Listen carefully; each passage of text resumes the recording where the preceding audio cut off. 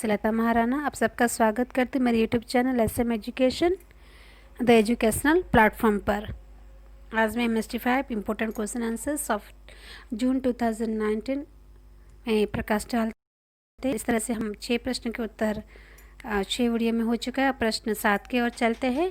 प्रश्न 7 के काव्य प्रेरणा सिद्धांत पर प्रकाश डालिए। तो इस प्रश्न के उत्तर पर हम चलते हैं। तो प्रश्न है प्लेटो के काव्य प्रेरणा सिद्धांत पर प्रकाश डालिए और इसे हम पढ़ते हैं। अभी प्लेटो का मत है कि काव्य सृजन की प्रेरणा कवि को दे होती है, यानी ये एक नैसर्गिक शक्ति है। नैसर्गिक जो प्रतिभा यानी शक्ति होती है, तो ये एक नैसर्गिक शक्ति है और ये भगवान से प्राप्त होती है। जब कवि का मन देवी शक्तियों द्वारा अभिभूत होता है तभी वह काव्य रचना में प्रवृत्त होता है। उस समय वह अविष्ट की स्थिति में होता है। काव्य रचना के पीछे कलात्मक प्रेरणा न होकर देवी प्रेरणा होती है, ये प्लेटो का मानना है। For all good poets epics as well as the lyrics compose their beautiful poems not by art but because they are inspired and possessed। काव्य रचना के समय कवि का सहज मानव सुलभ विवेक और बोध वृत्ति लुप्त हो जाते हैं, वो देवी शक्तियों से बाध्य हो जाता है। काव्य रचना के समय कवि का सहज मानव सुलभ विवेक और बोध वृत्ति लुप्त हो जाती है और वो देवी शक्तियों से साध्य हो जाता है। ये प्लेटो का मानना है कि कोई कवि हो तो वो अपनी सृजन काव्य सृजन से प्रेरणा नहीं पाते, वो देवी शक्ति से प्रेरणा पाती हैं और तभी यह हो सकता है कि उसके अंदर वो शक्ति हो, देवी शक्ति हो तो कर सकता है। अपनी कलात्मक प्रेरणा से नहीं कर सकता, देवी प्रेरणा से ही कर सकता है। इसलिए उन्होंने कहा for all the good poets epics as well lyrics और compose their beautiful poems not by art but by the not by art because they are inspired and possessed। तो काव्य रचना में कवि का सहज मानव सुलभ विवेक और बोध वृत्ति लुप्त हो जाते हैं और वो दैव शक्ति से बाध्य हो जाता है। कवि को प्लेटो संप्रेषण का माध्यम मात्र मानते हैं, क्योंकि दैवी शक्तियों से अभिभूत मन स्थिति में वह उन्हीं की वाणी का उच्चारण करता है। They are simply inspired to utter that to which the muse impels them and that only. यानी भगवान देवी शक्ति जो उनसे कहना चाहते हैं वो वही करते और कुछ नहीं हो सकता। ईश्वर कवि का उपयोग सिद्ध पुरुष और धर्म उपदेशकों की तरह करता है, वे मानो उसके दूत होते हैं। use them as his ministers as he also used the pronouncers of oracles and holy prophets। इस प्रकार प्लेटो काव्य को मानव कृति न मानकर ईश्वर कृतित्व कहता है। काव्य को दैवी प्रेरणा का प्रतिफल मानने के कारण ही प्लेटो की मान्यता है कि विषय के अनभिज्ञता का दायित्व कवि का नहीं है और न काव्य रचना के लिए कलात्मक प्रयास ही अपेक्षित है। काव्य प्रतिभा को वह देवी शक्ति के अंत स्फुरणा कहता है। काव्य देविया कवि को ही नहीं चारण और अभिनेता तथा प्रेक्षक श्रोता को भी अनुप्राणित करती है। संक्षेप में उनकी मान्यता है कि पहला काव्य रचना संप्रेषण और भावना तीनों के पीछे देवी प्रेरणा करती है। दूसरा है कवि स्वतंत्र कर्ता न होकर देवी शक्तियों का मात्र होता है। तीसरा है काव्य मानव अनुकूल या मानव कृत न होकर ईश्वर की कृतित्व है। Not the work of man but divine and the work of God. चौथा है काव्य रचना के लिए सचेष्ट कलात्मक प्रयास आवश्यक नहीं है। वन्य विषय का ज्ञान प्राप्त करना भी कवि का दायित्व नहीं है। प्लेटो को इन मान्यताओं की परीक्षा करने पर इनमें से अनेक अमान्य सिद्ध होती है, क्योंकि उसकी दृष्टि काव्यशास्त्र की न होकर दार्शनिक नीतिज्ञ की दृष्टि थी, जिसके कारण उसका काव्य विवेचन अनाविल न होकर दर्शन और नीति से अच्छन है। आज के वैज्ञानिक और तर्क प्रधान युग में जबकि ईश्वरीय शक्तियों के प्रति आस्था नहीं डगमगा रही है, यह सिद्धांत मान्य नहीं हो सकता। मनोविज्ञान यह बताता है कि आत्मरक्षा के बाद अभिव्यक्ति की प्राण की दूसरी महत्वपूर्ण मूल वृत्ति है।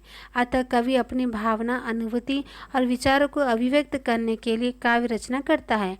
वह साहित्य रचना में प्रवृत्त होता है। अपने नित्य प्रति के व्यवहारिक अनुभवों, संवेदनाओं और सहज व्यक्ति का प्रकाशन करने के लिए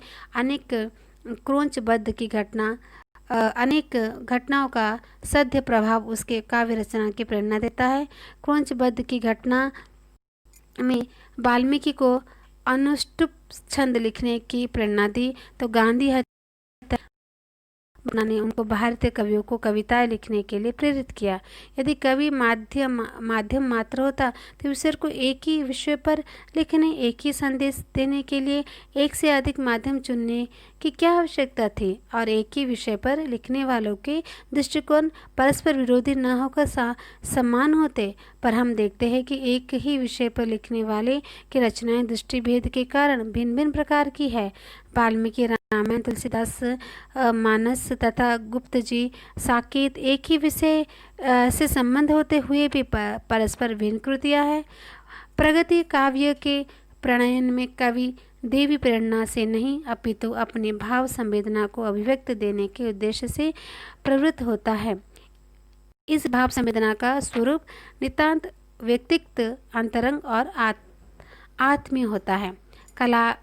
कला की आत्मा है सौंदर्य, और सौंदर्य सृष्टि के लिए कलात्मक आयाम आवश्यक है। तो प्लेटो की यह धारणा है कि सचेष्ट कलात्मक प्रयास नहीं करना पड़ता, भ्रांत है। यदि प्लेटो क्या बात सत्य होती तो सभी व्यक्ति कवि होते और सभी कवियों की रचना कलात्मक स्तर एक जैसा होता, पर ऐसा नहीं है।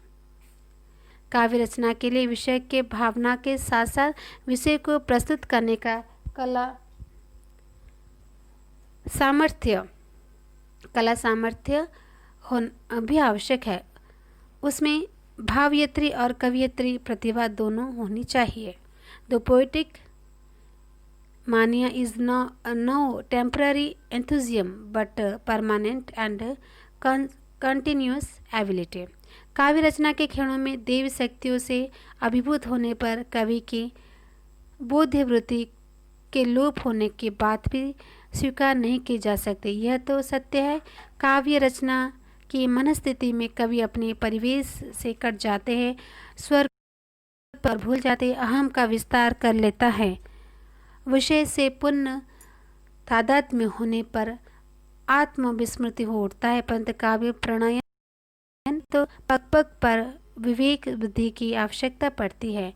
विषय चयन से लेकर उसे पूर्ण अभिव्यक्ति देने तक के अनेक सोपानों से गुजरना, समय समय विवेक दृष्टि से उसे मार्ग के यह ठीक है कि रसालुप्त हृदय काव्य रचना के है के आप में कवि कथन प्रल सकता है, और फिर गद्य रचना तो और विवेक के बिना काम ही नहीं चल सकता।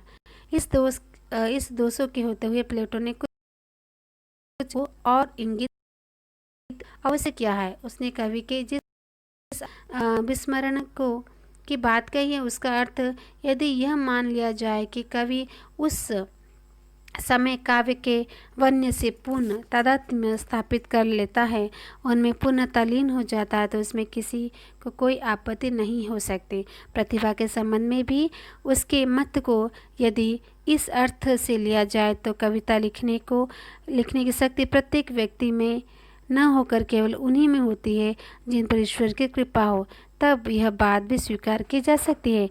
काव्य प्रतिभा ईश्वर प्रदत्त नैसर्गिक गुण है, जैसे अर्जित नहीं किया जा सकता। Poets are born not mad. हाँ, तो इस तरह से प्लेटो की कथा को हमने यहाँ पर समाप्त किया। और आप मेरे चैनल को सब्सक्राइब कीजिए, बेल आइकन को प्रेस कीजिए और वीडियो को लाइक एंड शेयर कीजिए, और दिसंबर की परीक्षा के लिए अच्छे से तैयारी कीजिए। नमस्ते, धन्यवाद।